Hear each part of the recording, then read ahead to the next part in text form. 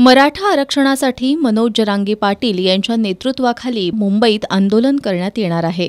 या आंदोलनाला राज्यभरातून लाखोंच्या संख्येनं सकल मराठा समाज बांधव मुंबईत धडक देणार आहेत।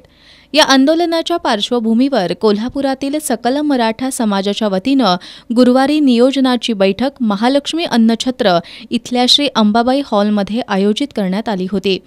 बैठकीच्या सुरुवातीला समन्वयक प्रसाद जाधव यांनी मराठा आरक्षण आंदोलनासाठी मुंबईला जाणाऱ्या वाहनांना सरकारनं पूर्ण टोल माफी करावी, अन्यथा टोल न भरता आम्ही मार्गस्थ होऊ असा इशारा दिला।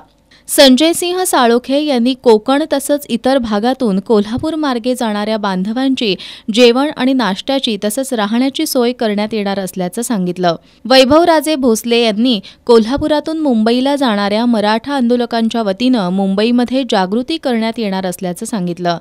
हेमंत साळोखे यांनी माजी खासदार संभाजीराजे छत्रपती यांनी या आंदोलनाला पाठिंबा दिला असून सर्व प्रकारची मदत करण्याची तयारी दर्शवली असल्याचं सांगितलं। बैठकीला किशोर घाटगे, संजय देसाई, चारुशीला पाटील, जितेंद्र पाटील, श्रीकांत भोसले, हेमलता देसाई, सचिन पाटील, अनिकेत गोठणे, गणपती पाटील, संकेत बुचडे, अजित सरनाईक यांच्यासह मराठा महासंघ, मराठा सेवा संघ, जिजाऊ ब्रिगेड, संभाजी ब्रिगेड, जिल्हा कृती समिती, कोल्हापूर शहर कृती समिती यासह विविध संघटनांचे पदाधिकारी आणि सकल मराठा समाज बांधव उपस्थित होते।